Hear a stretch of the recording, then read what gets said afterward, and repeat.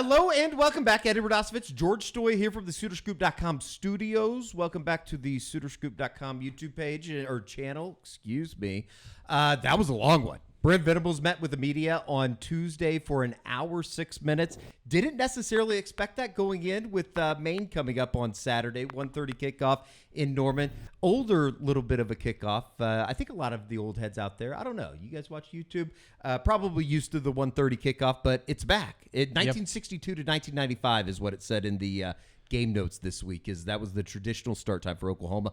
Obviously struggling, 4-4 on the season, coming off of third consecutive loss to Ole Miss over the weekend. We caught up with Josh McCuistion on Monday in the Game Day Rewind talking about it, obviously on the Eskridge Lexus postgame podcast. That was a long press conference today. It felt like a venting session. Yeah, it did. We should charge Brent for, I think it felt like a little bit of a therapy session, if you will. Definitely. And you know, I think some of it was, too, some of the questions that he got today. Came out of the gates. Pretty tough. The tough questions that people want asked out there. They got asked. State of the program questions. Has he gotten a vote of confidence from Joe Castiglione in terms of the longevity of his tenure here at Oklahoma? Yep. Some really, I guess, outside or bigger questions instead of going into the day-to-day with Maine, right? Yeah. It's a game that you should win. You're 34.5-point favorites going into Saturday against the FCS opponent, but kind of weird that it's this late in the year. Obviously, I think that Game Notes had put out that this is the latest non-conference game Oklahoma has played since 2001 when they played Tulsa on November 3rd. I didn't know that. That's why I'm here. I bring read the game notes. Read the game notes. Thank you to Mike Houck friends. It's kind of an interesting time though. Obviously, they need to show some signs of improvement. You got a little bit of that on the offensive side of the ball last week in the first half. Yeah, I think that you can have some of that momentum and maybe look. This is one of those weeks that are they going to fix all their issues? No, but maybe you can build some confidence in this group. Get some more reps against the team that you should be able to do a lot of different things against. That you should be able to run the football, which this last week you were able to run the football against a team like Ole Miss. You should be able to do it against Maine, and so that's why it's kind of an important week. And then look, Brent kind of said it in his press conference. You win this week, and then you feel a little bit better about yourself going into a game against Missouri, which I think is maybe their next best chance to win a game this season. Heck, maybe you go and you beat Missouri and all of a sudden you're on a winning streak. I know Brent talked about trying to finish the game with some wins here in a row and build some momentum with this thing. He feels like, nobody likes this word, but he feels like they're close in a lot of ways in terms of getting out of their own way. I think that was a theme of today's press conference, talking about especially the offense and just getting in their own way and making mistakes. And, you saw a lot of that, come to fruition in the second half against Ole Miss. It was, it's kind of weird because you come out of the Ole Miss game, and I know this is kind of rehashing everything from over the weekend out of Oxford, but they did play better. Yep. There was steps in the right direction, but you still look up at the scoreboard, you lose by 12 in a game that really got away from you in the second half, particularly in the fourth quarter when you tried to make a comeback bid. And, it is one of those things, though, that yes, they've been better on defense. It seems like that's improving. The special team seems like it's improving. There is just one glaring, drastic difference in what they've done over the first 2 years under Brent. Yeah, and it's the offense. This year, look, if they had half of what they had a year ago offensively, you'd be looking at a totally different team right now. And that's why I think that there's a bunch of concern within, the fan base and the media in terms of what direction is this program headed. We'll get to that in a little bit, but it's also like, okay, where is the administration at this point? What do they think about what's going on? The boosters, right? We always hear like, well, the boosters aren't going to support a program that doesn't win football games. You're correct. They also will support, firing a coach if they need to. So, I thought that was a very interesting first question of the press conference today, talking about kind of the administration and backing Brent in what has been a really big struggle this year. I'm guessing anybody that is out there watching the practice report or they listened to Brent Venables on Tuesday, they don't need to be reminded. There's a long track record of history in terms of tradition and everything that the University of Oklahoma program has become. This powerhouse, the blue blood institution. People get pissed when you lose three consecutive games, not to mention 3 consecutive games in which you've lost by double digits for the first time since 1998. Yeah, and make no mistake about it. There's people in the administration, the athletic department, that are frustrated by this. They don't believe this is acceptable performance. And Brent said they might just not be posting on social media like some of the fans are, and rightfully so. Anybody can feel how they want right now. It's kind of a shit product. Right. They're not. I mean, look, they're not going to come out and do those things. I think that Josie would tell you exactly what Brent said. It's unacceptable. It's embarrassing to an extent. And they have to figure out how to fix it. And that's why it's going to be really interesting this next month and a half. What does this thing look like? I think we all agree that Brent's going to be back next year and that this is going to be a very pivotal offseason. But these next 4 games are huge. And I know it's Maine, but you have got to go out and crush Maine. Like, build some confidence within this team, within this program. I get it, it's Maine, but you've got to go out and perform well and at least bring some sort of optimism, hope back into this thing. Let's get into a little bit of a summary from Brent Venables' press conference on Tuesday. He was asked, his relationship with Joe Castiglione, especially when you're coming out of this past week when you had to make decisions, tough decisions, and letting go of an offensive coordinator 7 games into his tenure, and Seth Luttrell. And here is the question from Eric Bailey as well as the answer from Brent Venables. Do you still meet with Joe on a weekly basis, and how much do you appreciate his counsel when you have to make tough decisions, kind of like what you did last week with Seth? Yeah, I do, and I met with... I hadn't talked to Joe prior to me calling him on Sunday, a week ago Sunday, and I told him what I was going to do. So I hadn't talked to him about whether or not what he thought about it. When I called him, I had made the decision, and it was great. But yeah, we meet weekly, and a lot of times I talk to him a number of times during the course of the week, just normal protocol. But he's the best in the business. He's been around a lot, both good and bad, and difficult situations that being in this profession, a coaching profession, and collegiate athletics, he's got a lot of wisdom that he can guide all of us coaches here, at the university. Do you still feel like you have a vote of confidence from Joe during this program's tough time? And if so, what are some of those encouraging words he tells you right now? Well, I'm not going to give intimate conversations, but absolutely. He's got good perspective. He knows things where there's a great alignment from a perspective standpoint, what we're dealing with. And so that's the extent of, conversations. He's kind of living and dying in the moment of the season like a coach would, but being a great vessel of support. Listen, I think this is one of those situations, George, that it's a little bit uncomfortable. It's a little bit uncharted territory just in terms of an Oklahoma coach in his 3rd season being asked these questions ahead of the 9th game of the year. It hasn't happened since John Blake. Sure. I mean, coaches aren't fired at the University of Oklahoma. Sure. It doesn't happen. Sure. And I think that kind of leads into the conversation in which you asked him. Did you guys see that? That was interesting. In which you asked him just the overall trajectory of the program. I think there's a lot of people that love Oklahoma football, that show up on Saturdays, that spend a lot of money to go to Oxford or Auburn or wherever in the future and in the past, that are pissed right now. And they want to know where the trajectory of this program is headed. Yeah, and I think from Joe Castiglione's point of view and Joe Harrison, and we don't know this for sure, but they still believe in Brent Venables. Look, they hired Brent Venables. Now, did they anticipate this thing going off the rails like it has in year 3? I don't think so. And certainly not after year 2, when where you do take improvement. those steps. And of course, coming off the 6th and 7th season, you get to double-digit wins a year ago. You had the 2 ugly losses in the regular season in Lawrence and Stillwater. You could explain those in some regard. Yep. I know that losing to Kansas and Oklahoma State certainly aren't something that Oklahoma fans want to become a customary. I guess it can't anymore outside of the Big 12. But it did feel like everything, and that's why, everything that has happened through the first 8 games of the season, it seems, it's almost hard to explain how they got here because the one side of the football has been so poor. And I think Brent says it in the answer, which is and it's not, I think people will view some of his answer as excuses, but, you add in some of the injury stuff. some of the guys that entered the portal from a year ago or left for the NFL maybe a year early.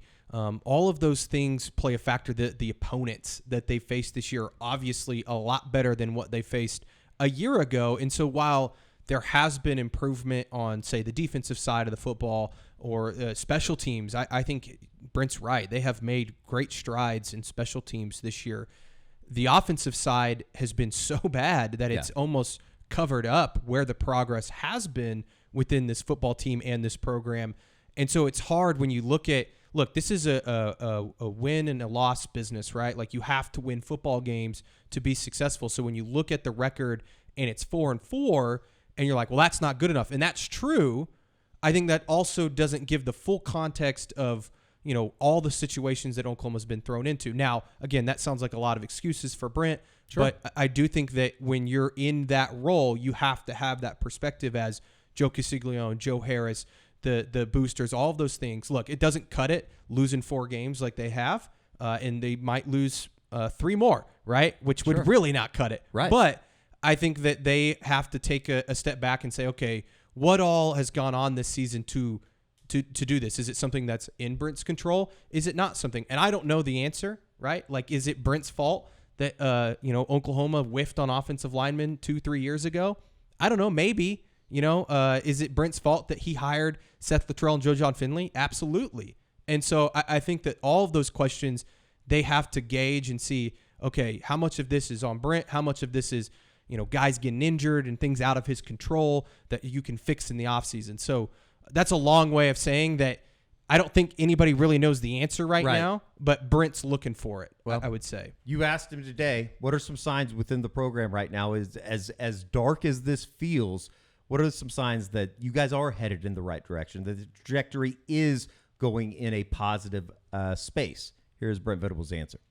Again, I know at the end of the day, the losing 3 straight really sucks. It stinks. There's no way to try to defend it, but we always got to have the perspective and what was good, what was bad, and what do we need to get better at, what was the opponent and what was Oklahoma. And, defensively, we've given ourselves a chance to win, each and every week, and we've also played a part in, some degree. Maybe it was South Carolina. We didn't force a turnover. It's 2 straight weeks. We don't force a turnover. We need to force turnovers.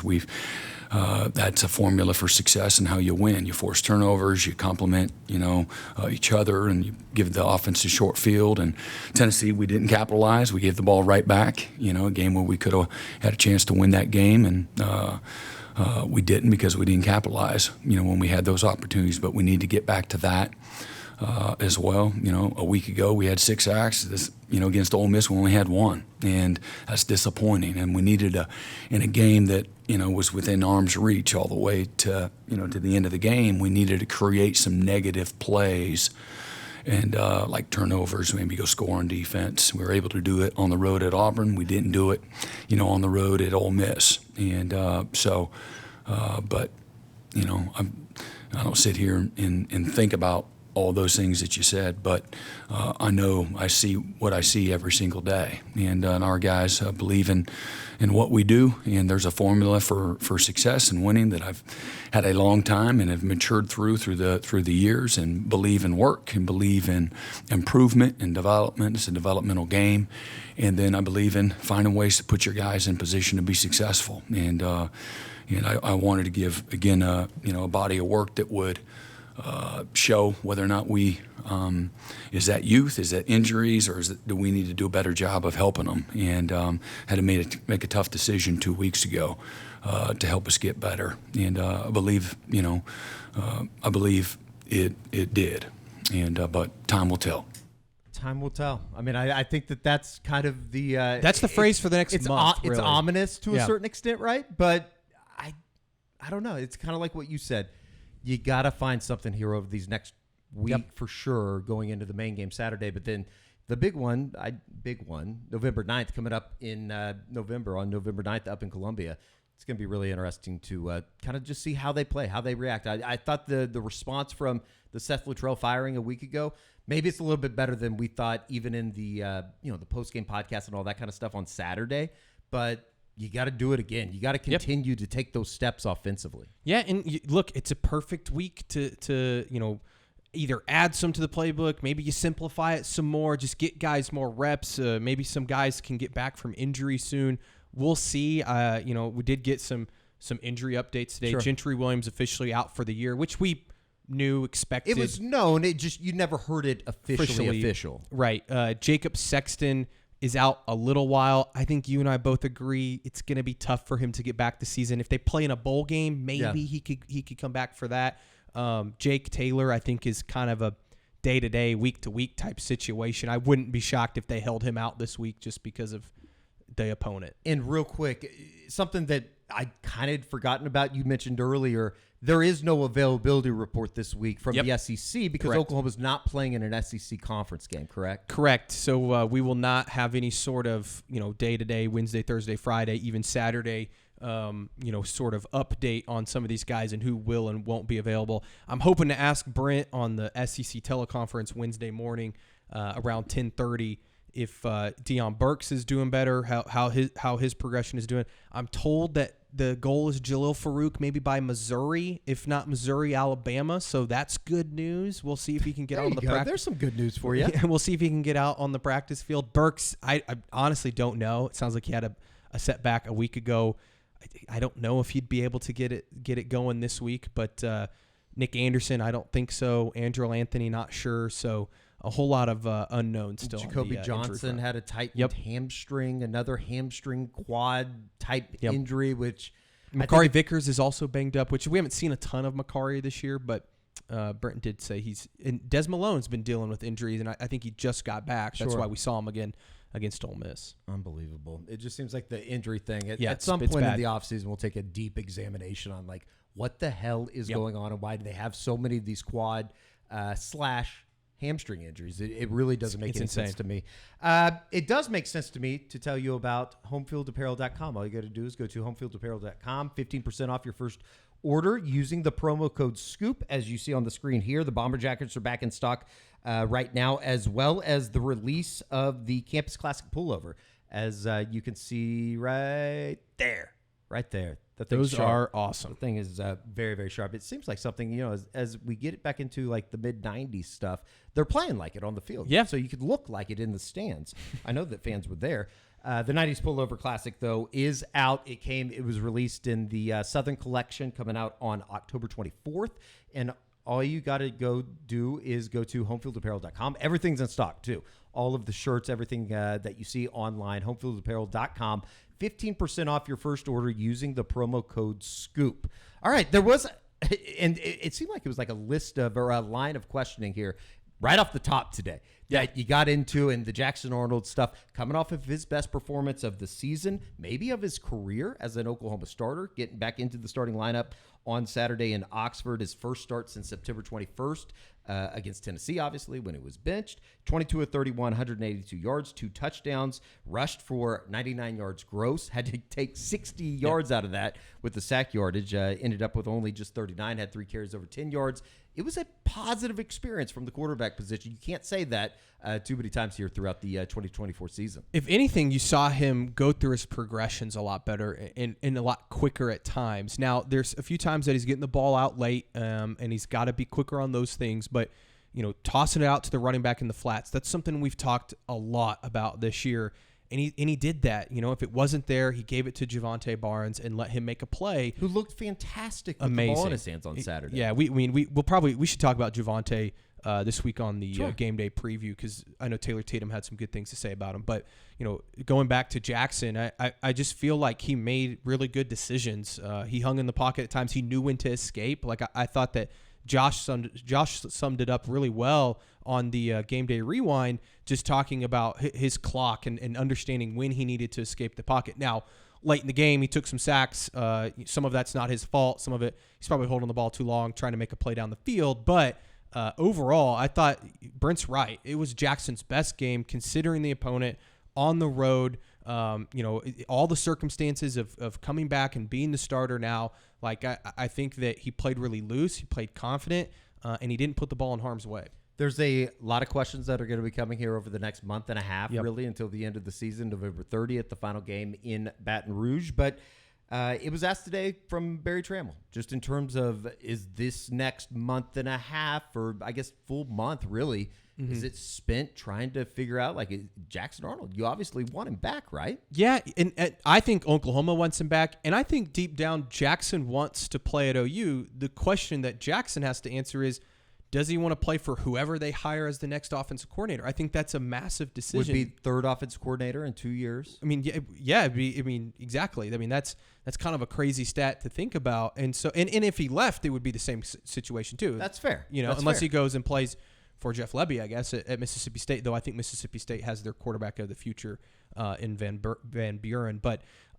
Jackson, yeah, I mean, I think that's the question he has to ask. Does he want to play for that? Does he want to play behind whatever this offensive line looks like next year? I think he does want to stay at Oklahoma, and I think Oklahoma is going to do its best to keep him. But again, it's one of those questions that I don't think we're really going to know the answer until these 4 games are played. How does he play in these 4 games? What does it look like? Do they win some of these? And then also, what does that offensive coordinator search look like? No doubt. Brent was asked about it on Tuesday. Here he is talking about Jackson Arnold. Yeah, I thought Jackson had his best performance of the year. I thought he did a great job going on the road and playing against a top-ranked defense. And again, he completed over 70% of his passes, made a lot of great decisions, ran the ball well, threw it on time, did it fantastic. I had a great game. And having fun and getting comfortable and not playing with a bear on his back. He's just was played free, and I thought Kevin Johns did a fantastic job of getting him ready and giving a new, fresh perspective from that standpoint. And my assumption is that you're dang right he wants to be back. Why would he not? That's how I look at it. I don't have my head in the sand. I would be concerned if I was thinking in that way. Oh, I wonder if he wants to be back. Well, shit, you'd start quarterback at Oklahoma. That's your dream, You turn down a lot of good people to come here, and now you face some headwinds, and now you're just going to quit. I don't see that in him, and I don't see that in guys in our locker room. Does it happen in college football or in life? You're damn right, and but not with people that are built with the right stuff. Not at all. And Jackson got the right stuff. And yeah, I mean, we've got good NIL, if that's what you're referencing. And but there's a thing now called Rev Share that it's past its initial steps, and we'll be in a great position from that standpoint. But at the end of the day, for me, I want guys that want to be here because they want to put on the crimson and cream. They love their coaches. They love the locker room. They love being in Oklahoma Sooner. That's where it all starts with me. And I believe the guys in our locker room, that they love, meeting that criteria. I believe that firmly. And but nobody in college football is going to be immune from losing some guys.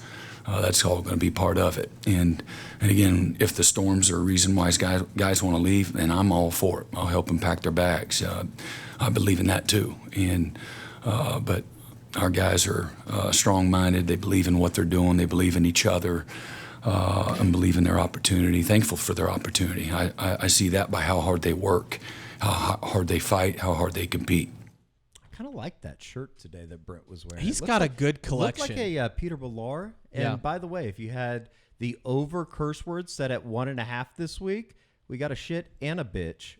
Not too bad. Not bitch in terms of Do you count damn and ass too? He threw a damn in there as well. That's right. He also had an ass later in the press conference. It was a very lovely press conference. You Yep. got a lot in the hour 6 minutes today. And again, not the bitch that you think of when you're talking about a female dog. Rather, not the. It's what you refer to me as. Yep. Sometimes. You are one. There we go. Well, we know that. That's why we're transparent as possible here at Soonerscoop.com. I know that there's a lot of people, and just reading the Crimson Corner and things that came out of Brent Venables' press conference on Tuesday, there was a lot of people that were kind of taken aback by the comment about, I want the guys that want to be here. And what's your reaction to that, to the fans that go, yeah, they weren't comfortable with what Brent said, just in terms of you're never going to get the 5-star guy. It almost makes it sound like they're not going to be competitive in NIL. I know that we've rehashed this conversation over and over again. Just to say it again, they are. They're going to be competitive with everybody. They want to get the best guys. But, you got to be careful about that NIL stuff. And that's not something that we've talked about a whole lot here during the course of the season. But it just seems like I don't know why people would be so upset about that. Yeah, if you're upset by those comments, I think you're reading too much into it. Okay. It's pretty clear that what Brent is saying, that you want guys that want to play for OU, and not that they don't want to go out and get the best guys or that they're not going to pay guys. I don't think that's what he's saying at all. I think he's just, you would be stupid to be a coach and just take a bunch of guys that don't want to be at OU and are just coming to play for money just or to whatever. Get a big check, right? Right. Now that doesn't mean you don't have to go pay those guys. I think there's a lot of guys that probably, would say, I want to come to OU, but I also want to get paid. I think there's a balance there, but I think that, there's a lot of fans out there that are just frustrated with the product, and I totally get it. And I think that I saw a lot of comments, not just about that particular answer, but a lot of the answers today about Brent and just not being happy with what he's going to say. Look, no one's going to be happy with anything he says. I mean, he's flat out said they suck. Like, he has come out and said it's embarrassing, it's unacceptable, they're not any good. Like, he has said all the things that, he called it an abomination, the offense. And so, like, he has come out and said everything that fans want to hear. So I think fans at the end of the day are going to be frustrated no matter what he says.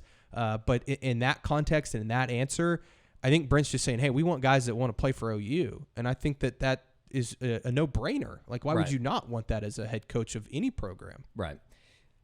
Moving on to the offensive line. All of this is kind of interconnected because you talk about Jackson Arnold, you obviously got to talk about his offensive line. Yep. He's been sacked many a times here over the last couple of weeks, obviously. I wonder how many times it exactly is, because what's the stat? 38 this year total. 39 when you add in the sack number that was, I guess, up by 1 coming out. It was 9, and then it was 10 when the Ole Miss stat people or whoever came back and said that they wanted the number 10 there. It's embarrassing. 19 sacks in the last 2 weeks. You can extend that back out to the Texas game where they allowed 6, so it's 25 in the last 3 weeks. Oh, by the way, Maine sacked number 5 Villanova in the upset a couple weeks ago 7 times. So it's not necessarily just going to be a free skate on Saturday. But the fact of the matter is, as we talked about at the top, Jacob Sexton's going to be out. They've started 7 different starting offensive lines in the 8 games that they've played. You expect it to be a different one coming up on Saturday. Yeah, we'll see who's out there. I bet it's the group that finished the game against Ole Miss. I think they're going to try and get Logan Howland some reps, which, look, I think there's a lot of people out there that are frustrated with Logan Howland and how he played in the game, especially late or even his first play into the game. He gives up a sack. But he's a young player, hasn't played offensive line really his entire career, except for the last 2 years. And he's somebody with, I think, a lot of potential. And so if you can get him a lot of quality reps in a game like this, I think it's worth it. The other spots, I think you're going to see Michael Tarquin at right tackle. Fabechi Wiwu has played every offensive snap for Oklahoma this year, I believe, other than some garbage time against Temple early in the year. He'll be at right guard, Troy Everett center. And I think Keith Ozide is a guy they really like at left guard. So you got 2 redshirt freshmen over there on that left side, and that's where they get exposed a little bit. But those are 2 guys when you talk about trying to, think about next year and building the program and trying to get some of these guys back. Those are 2 guys, while they haven't played great this year, if you can get them back in the program next year, let them develop, let them get stronger, all of those things, maybe those 2 guys are starters for you next year, at least contributors and have played some football. And so I think that's going to be the 5. We haven't heard much about Spencer Brown. I think that project has sailed now. We heard about Isaiah Autry-Dent, the true freshman tackle. It sounds like he might get some reps this week as well. So I do think we could also maybe see like an Eddie Pierre-Louis or somebody this week just because it's Maine and you could get them some reps in a game like this. But it's kind of a mess, Eddie, up there. They're still shuffling a lot of guys, and it's the 8th game of the season? Well, 9th going game? into the 9th game of the season. Crazy. And that's why the question was asked on Tuesday, just in terms of development, just from a foundational development standpoint on the offensive line. Where's Oklahoma at? Here is Brent Venables. You're playing freshmen. Freshmen play like freshmen sometimes, and they don't have experience and wisdom they can lean on. And so that happened a few times, but at the end of the day, I really felt like, and this is whether it's while Jacob was still healthy and whatnot, through really three quarters, we gave ourselves a chance on the offensive line. We had winning performance, and had 3 sacks prior to the last 6 or 7 minutes of the game. And one of them shouldn't have been a sack. It's a mesh. It's a run play, and they counted the fumble as a sack. And then later in the game, on the double pass, we get a sack by Bauer Sharp. He pulls it down because the guy's covered. And I think we had 6 sacks in the last 11 snaps of the game. So like I said, none of it's any good. We got to be better. We got to know the snap count, get off on the snap count. But overall, again, development piece. Again, we're in the infant stages of that. Heath Ozide has done some really good things, and he's got a tremendous ceiling in front of him. And we really believe Logan Howland can play this game a long time. But he's not there yet, and like you would expect, he's and right now he's not an overly confident guy, and at times Heath's not, and so that comes from going through it, and it's not a great solution, quote unquote, but that's where we're at, and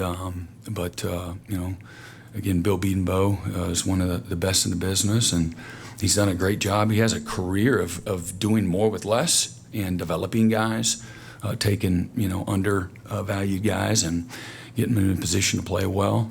And but that being said, again, if you look at a stat sheet right now, we're really bad when it comes to lots of spaces. It's pretty obvious. Yep. I mean, I think that there's been reasons why we've had some meltdowns just in terms of talking about the offensive line and where this thing is at. Obviously missed in the transfer portal. We don't need to rehash everything that we've talked about here over the last couple of weeks. I do want to say it's kind of one of those things, and you hear him talking about Bill Bedenbaugh. I think that when you talk about the offensive staff particularly, and we've gone over this just in terms of what's ahead, what they're going to have to do in hiring an offensive coordinator, there's a lot to be decided here over the next month. Yeah, I mean, Bill Bedenbaugh's future. I think that's something on everybody's mind is he going to be back next year? And if he's not, who is going to be back on that offensive line? Because I said it before the clip, you really like the potential of a guy like a Heath Ozida or a Logan Howland, even Jacob Sexton, Jake Taylor, guys that have been in the program now 3 years. You would anticipate them, if they came back next year, they'd be even better players. A young player, Eddie Pierre-Louis, Isaiah Autry-Dent, who might get in the game this week, Daniel Akinkumi, the recruiting class that's coming in that's obviously very well thought of. All of those guys, all of a sudden Bill Bedenbaugh's gone. Are those guys sticking around? Sure. I don't know. And so, and that's the part that it's really going to be interesting to see.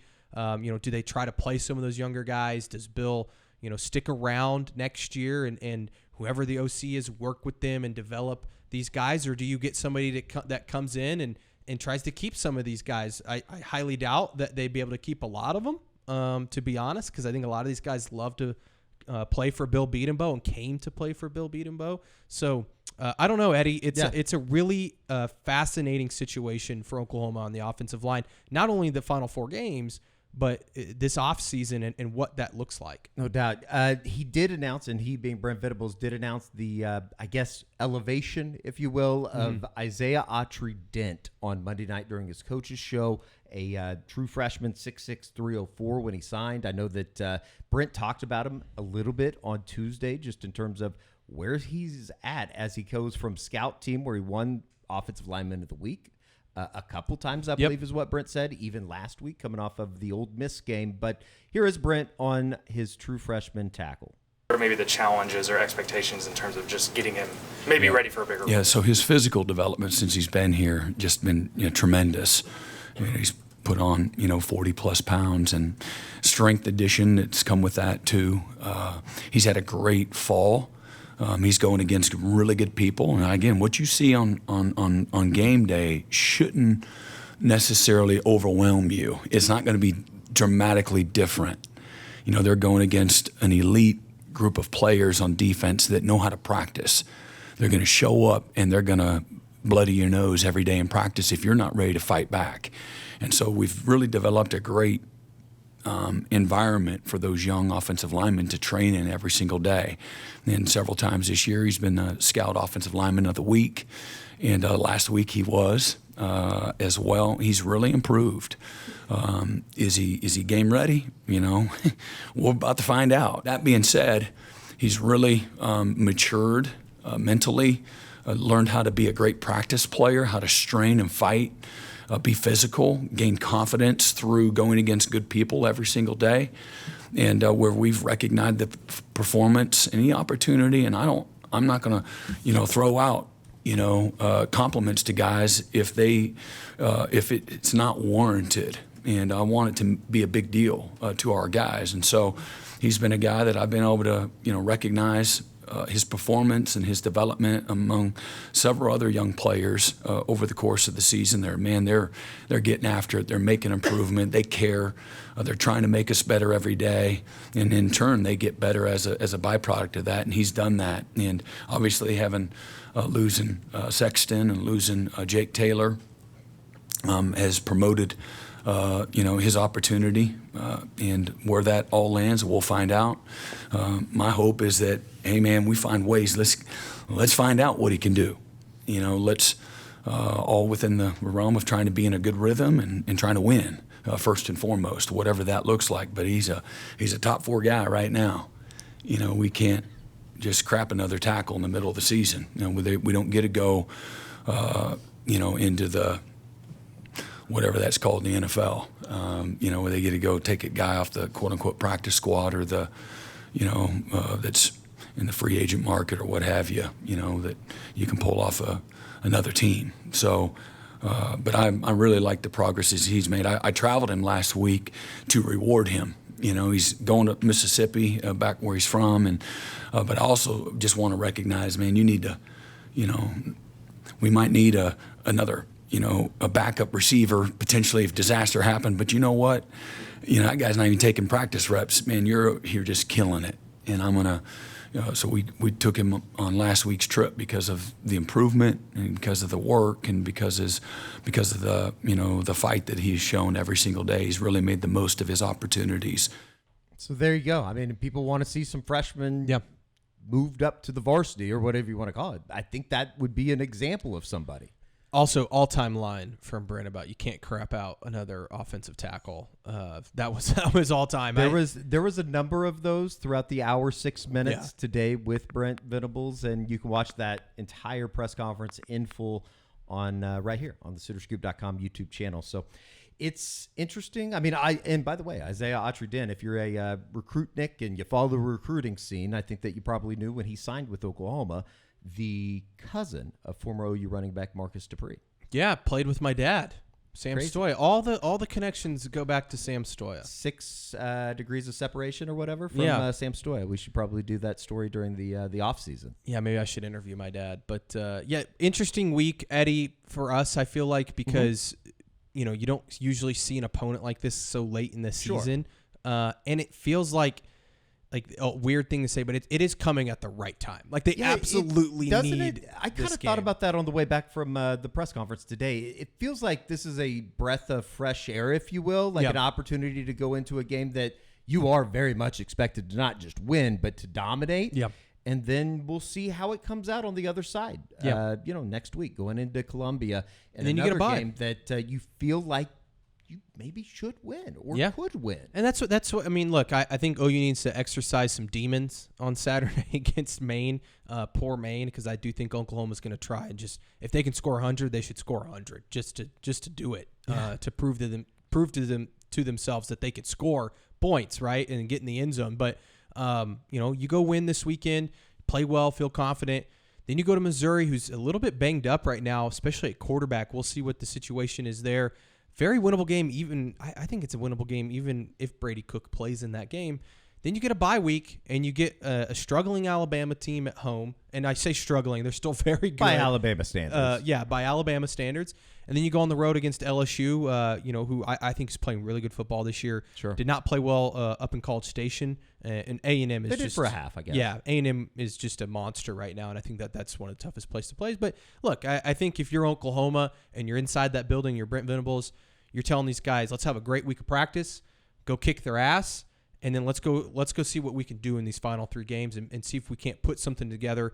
Get a bowl game possibly and have some really, honestly, valuable practice time. If they can get to a bowl game, I think that's crucial because a lot of these guys, these young guys that you want to see play, can play in that game. It doesn't count towards the red shirt. Sure. And it would just, I think, help this team maybe find some momentum heading into, again, a very crucial offseason. No doubt. Was that your win one for the Gipper type speech? Yes, that was my win one for the Gipper. Yeah. I like that. I think Rudy would have liked it as well. All right, that's going to do it for the practice report today from Brent Venables' Maine press conference. We'll have the unofficial 40 coming up on Wednesday that you can see here on the SoonerScoop.com YouTube channel, as well as all your podcast listening platforms. And then we'll roll into a game day preview coming up on Thursday right here on the Scoop YouTube channel. So for George, I'm Eddie. We'll see you right back here next time.